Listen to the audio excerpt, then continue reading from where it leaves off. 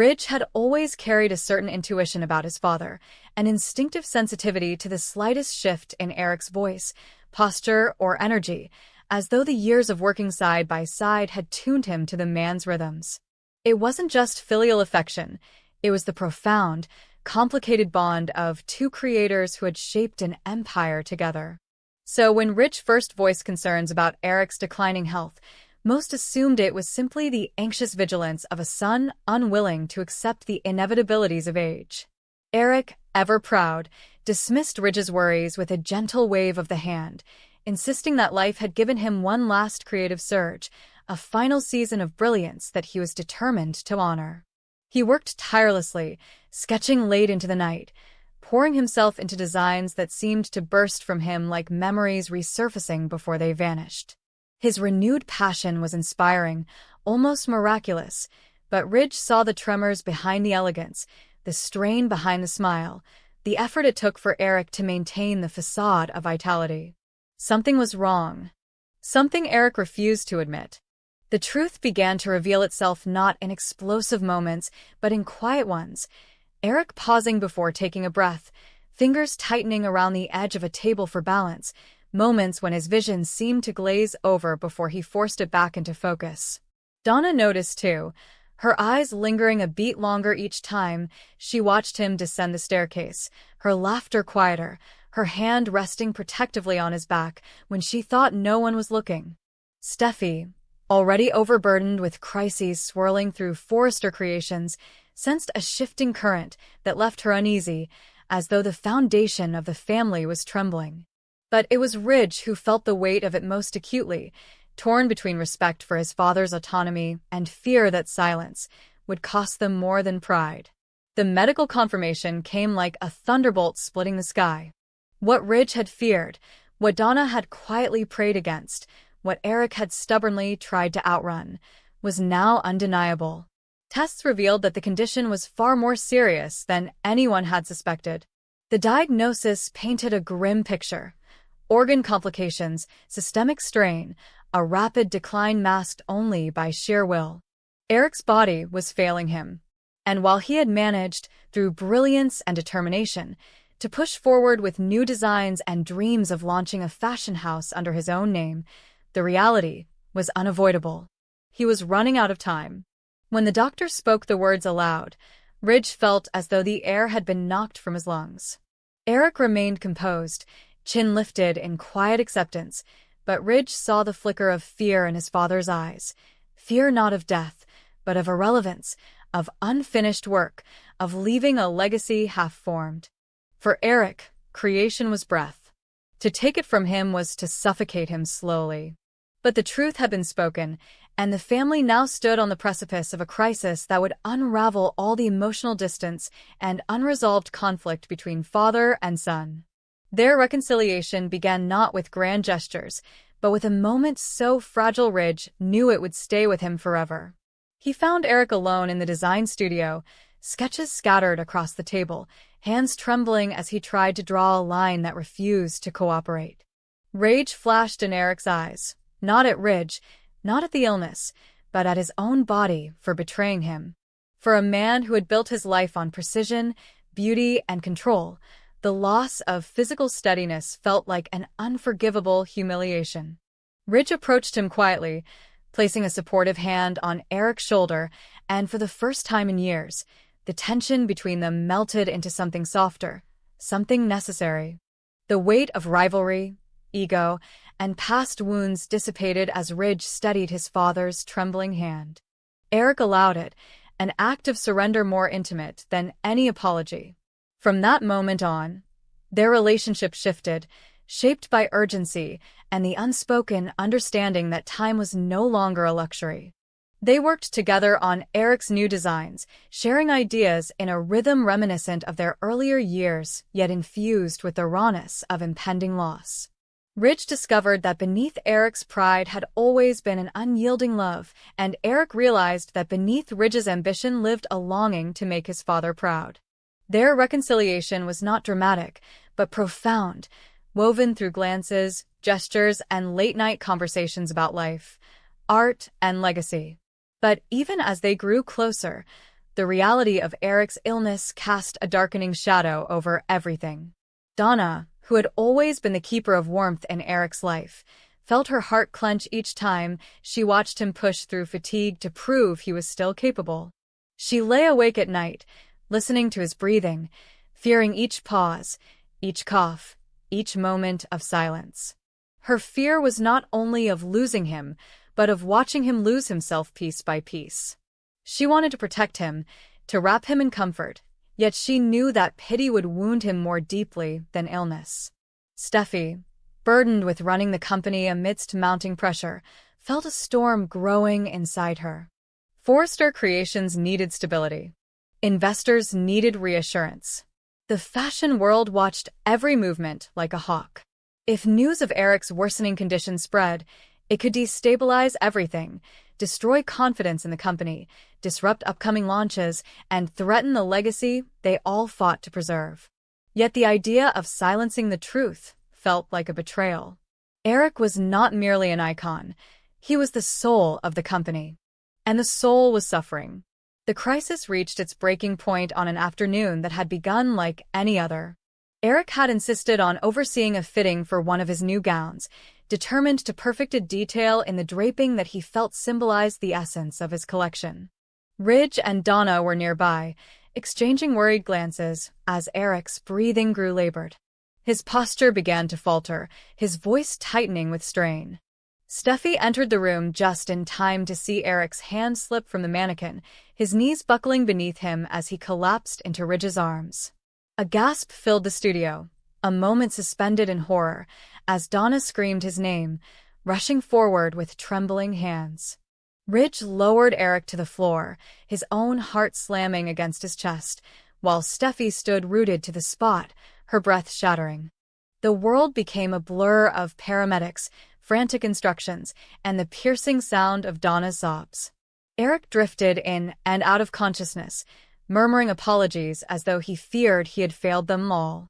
Ridge held his father's hand tightly, refusing to let go, whispering silent promises he prayed he would have the chance to keep.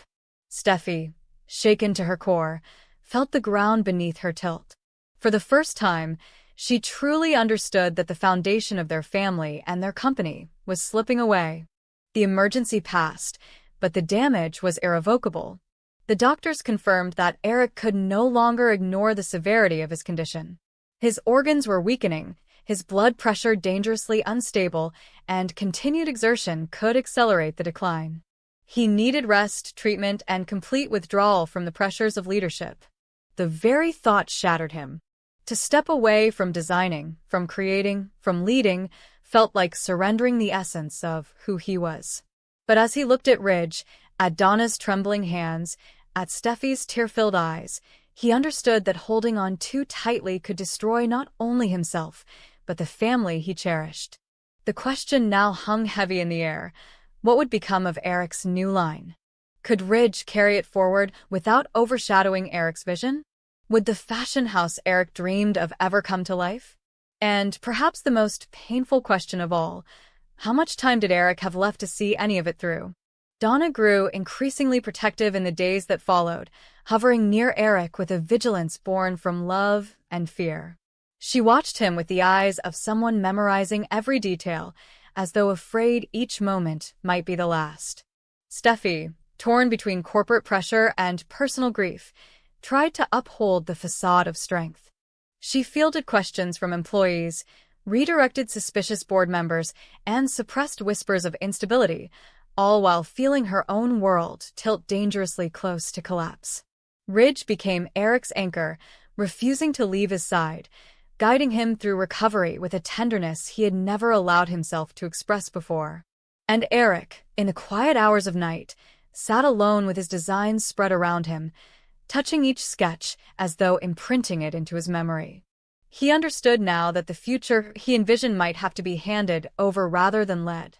That his legacy would continue, but through the hands of others. It was a truth that wounded him deeply, yet also softened something inside him. Perhaps, he thought, the beauty of creation was not only in the making, but in trusting others to carry it forward. The crisis had broken open the walls between father and son, had laid bare the fears of Donna and Steffi, had forced the family to confront the fragility of the man they had always believed unbreakable. And though the future remained uncertain, shadowed by illness, responsibility, and the weight of legacy, one truth had become undeniable. They would face it together, bound not by obligation, but by love rediscovered in the heart of tragedy. Eric's body was weakening, but his family, finally united, had never been stronger. In the fragile days that followed Eric's medical crisis, the Forrester mansion seemed to absorb the weight of the family's fear. Its walls, once filled with creativity and laughter, now echoed with the hush of quiet footsteps and the subdued shuffling of caretakers. Every room carried a tension that seeped into the hearts of those who lived there. Donna moved through the corridors as though she were protecting a sacred flame, refusing to let even a moment pass without checking on Eric. Her worry had become a living presence, something visible in the trembling of her hands when she adjusted the pillows beneath him, in the soft way she touched his face as though memorizing it, in the broken steadiness of her voice when she reassured the others that he was resting comfortably. But nothing in her reassurances could conceal the truth. The crisis had changed everything, and now every breath Eric took felt borrowed, precious, at risk. Ridge had been transformed as well. For years he had carried a complicated relationship with his father, pride interwoven with rivalry, admiration entangled with resentment.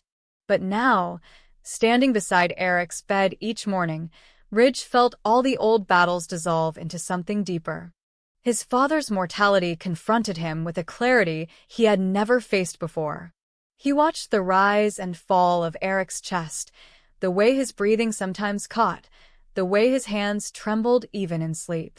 Each small sign shifted the gravity inside Ridge, anchoring him more firmly to the responsibility he had once tried to share but never fully embraced, protecting Eric's legacy not as a competitor, but as a son. Steffi remained strong in public, but crumbled in private.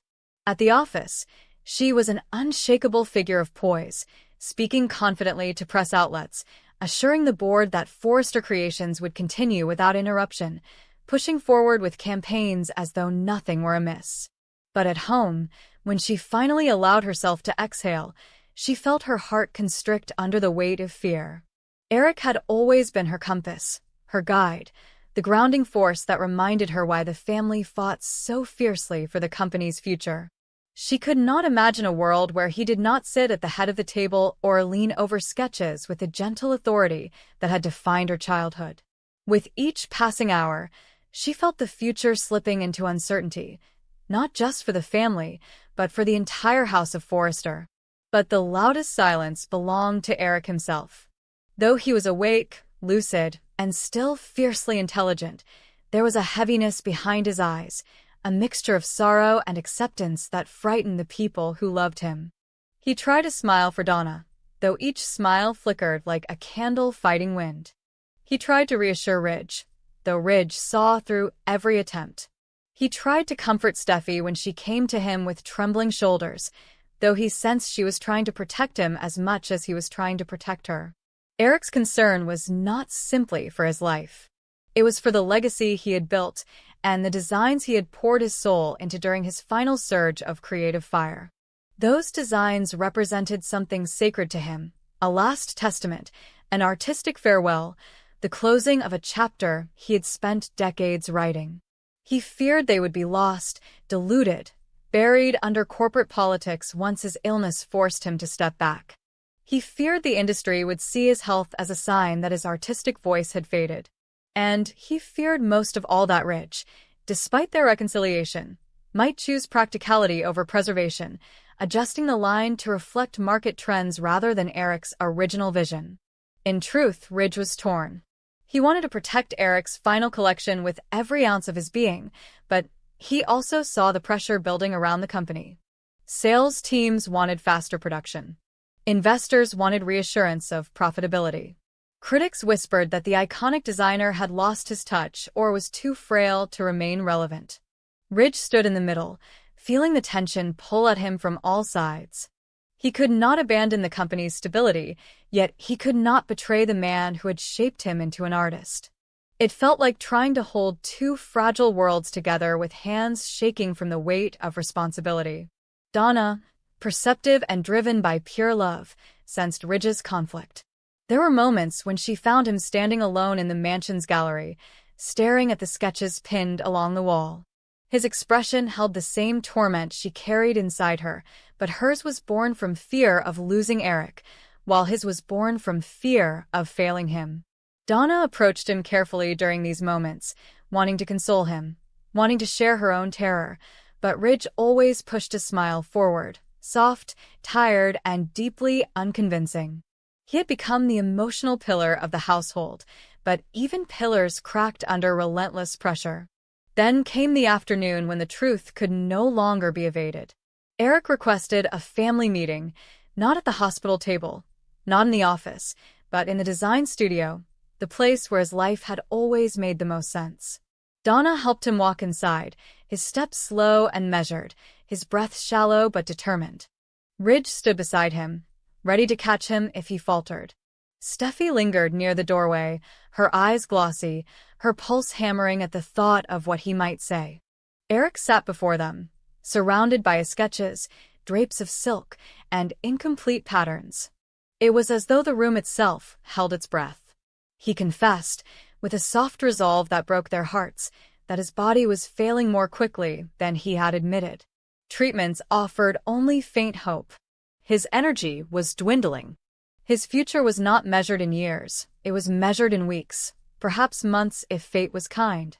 Donna pressed a trembling hand to her mouth. Steffi sank into a chair, shaking. Ridge felt his knees weaken, the truth crashing into him like an unseen wave. Yet Eric was not speaking to surrender. He was speaking to prepare them.